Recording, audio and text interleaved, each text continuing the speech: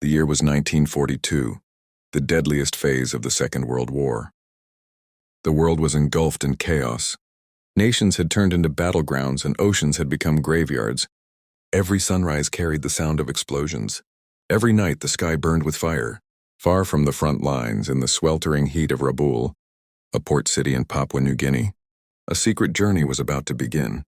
A Japanese transport ship, Montevideo Maru, stood anchored quietly at the docks. But this was no ordinary voyage. Hidden deep within its metal belly were more than 1,000 Australian prisoners of war and civilians, captured after Japan's invasion of Rabaul earlier that year. The men were exhausted, starving, and broken in spirit. They had survived brutal marches, beatings, and days without food. When ordered aboard, many thought they were being transferred to another camp. None imagined this ship would become their tomb. Below deck, the air was thick with sweat and despair.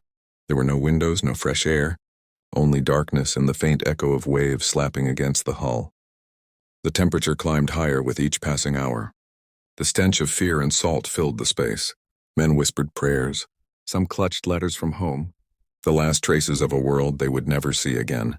On June 26, 1942, the Montevideo Maru departed Rabaul under the command of Captain Shin Kajimoto. It had no Red Cross markings, no signs indicating it carried prisoners. To the outside world, and to Allied forces patrolling the seas, it looked just like any other Japanese cargo ship. Days turned into nights as the ship made its way through the Pacific. Above deck, Japanese guards patrolled with rifles in hand. Below deck, in the suffocating darkness, the prisoners sang hymns to keep themselves alive. Some whispered about their families. Others spoke about the war. But most stayed silent, lost in their thoughts. Then came July 1, 1942. The Montevideo Maru was now sailing off the coast of the Philippines. The sea was calm, the stars invisible beneath thick clouds. And somewhere below the surface, the USS Sturgeon, an American submarine, lurked in the dark. The Sturgeon's crew had been hunting enemy supply ships for weeks. When their sonar picked up a large target moving steadily through the night, they prepared to strike. Through the periscope, the submarine commander saw a dark silhouette, unmarked, silent, alone. He believed it was a Japanese vessel carrying war supplies to their forces. At 2:30 a.m., the order was given. Fire 1. Fire 2. Torpedoes sliced through the water like arrows in the night. Seconds later, the ocean erupted in fire. The torpedoes struck directly in the middle of the ship. A massive explosion tore through the hull, sending steel fragments flying into the air. Screams echoed through the darkness as the ship began to tilt violently. Prisoners below deck were thrown against the walls. Water rushed in through the shattered steel. For months after the explosion, the Pacific Ocean remained eerily silent. No one knew that over 1,000 men had just vanished beneath its waves. There were no radio signals, no reports, no survivors to tell the world what had happened. In Australia, families waited. Mothers clung to fading letters from their sons.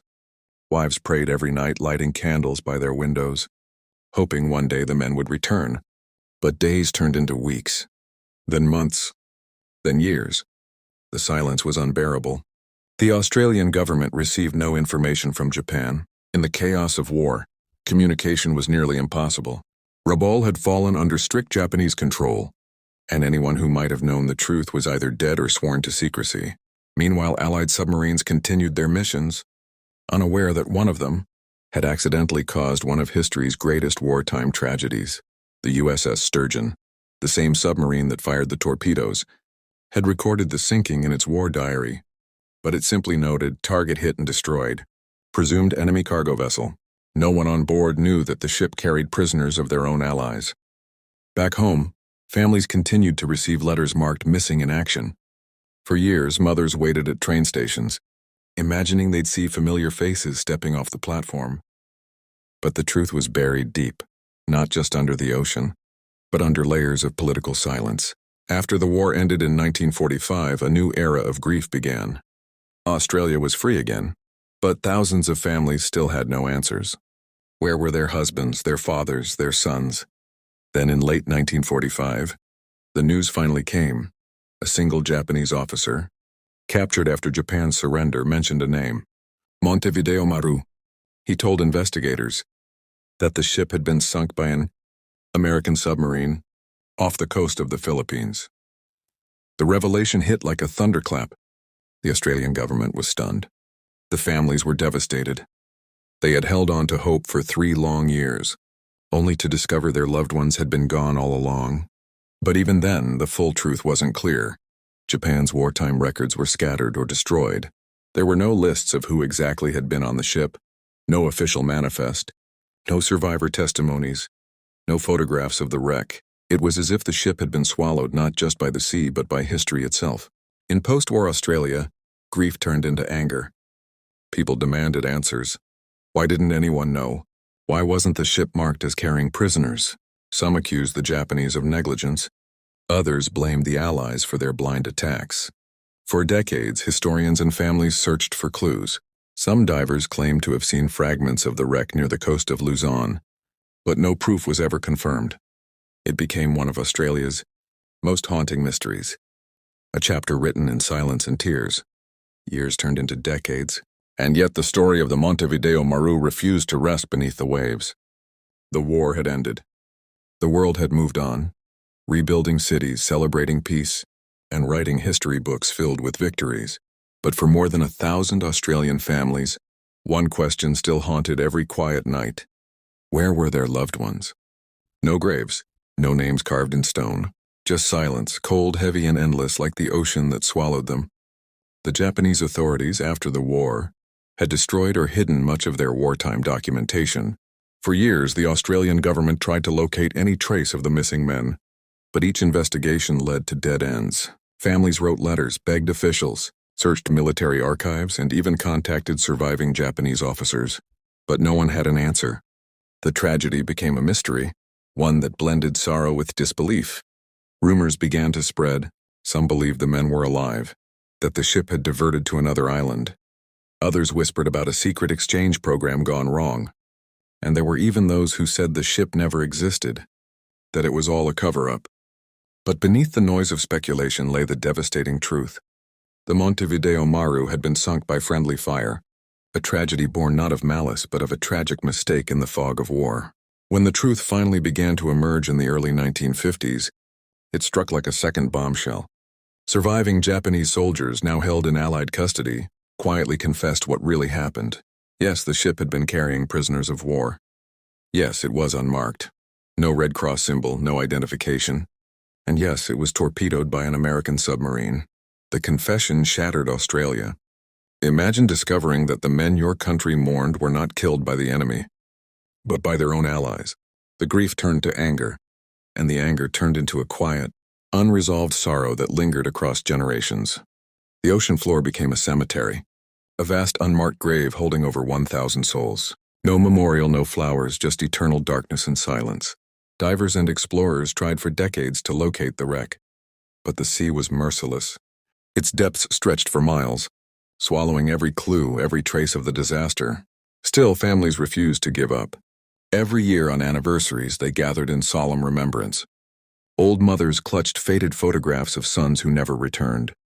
Children of lost soldiers grew old themselves, their lives shaped by the absence of a father they never met. Even as the world moved on to new wars and new conflicts, the shadow of the Montevideo Maru remained. It became a ghost story whispered in military history, a tragic reminder of how, in war, even victory carries the weight of unspoken sorrow. The ship became more than a vessel. It was a symbol of loss, of sacrifice, and of the cruel randomness of fate at sea. For more than 8 decades, the story of the Montevideo Maru lay buried beneath layers of salt, silence, and sorrow. To many, it was just a faint line in forgotten war records, a mystery swallowed whole by the deep. But to the families of those who perished, it was an unhealed wound. They had no graves to visit, no remains to mourn, only questions that the sea refused to answer. And then in 2023, everything changed. After 81 years of waiting, an international expedition, led by the Silent World Foundation, together with the Australian Defence Force FUGRO and maritime archaeologists, embarked on an ambitious search mission. Their goal was simple but nearly impossible: to locate a wreck lost somewhere in the vast South China Sea, lying almost 4,000 meters below the surface. It was a place where sunlight never reached, where pressure could crush steel, and where hope itself seemed too fragile to survive. Using state-of-the-art sonar technology and autonomous underwater drones, the team began scanning the seabed kilometer by kilometer. For weeks, they found nothing but emptiness, endless ridges, dark trenches, and silence. But then, one morning on a sonar monitor deep inside the research vessel, a faint outline appeared. It was long, slender, and unmistakably shaped like a ship. The crew fell silent. Every eye turned toward the screen. Could this really be her? Could they have found the ghost of the Montevideo Maru after 8 decades of darkness? As the drone descended into the black abyss, its lights pierced through the water like distant stars, and there, on the ocean floor, lay the remains of the vessel. Broken but proud, a steel tomb resting quietly under 13,000 feet of water. The moment was overwhelming. Some of the researchers had tears in their eyes. They weren't just discovering a wreck. They were uncovering a story that had haunted thousands of families across generations.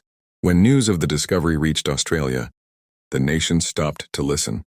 Headlines read, "The Montevideo Maru has been found, after 81 years.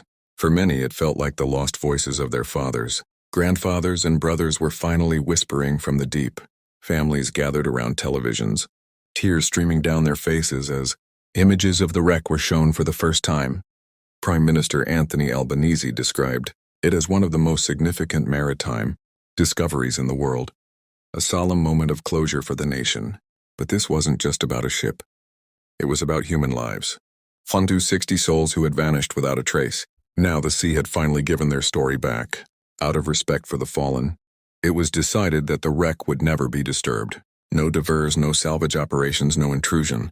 The Montevideo Maru would remain untouched, a sacred war grave preserved forever beneath the waves. Instead, researchers created detailed 3D scans and photographs, revealing haunting images of the ship's hull, resting silently among coral and sediment. Nature had begun to reclaim it, yet its form remained strikingly intact, as if frozen in time, a monument to courage, tragedy, and endurance. In the months that followed, schools, veterans groups, and museums across Australia began holding remembrance ceremonies. For the first time, families could say goodbye. Some wrote letters addressed to fathers they never met. Others placed flowers by the sea, whispering prayers for souls long lost. The discovery had reopened history, and with it came healing. But beyond the sorrow, there was also a lesson. A reminder that war, no matter how distant in time, leaves behind scars that never fade. It taught the world the cost of conflict, not just in numbers or battles, but in the countless personal stories erased by silence.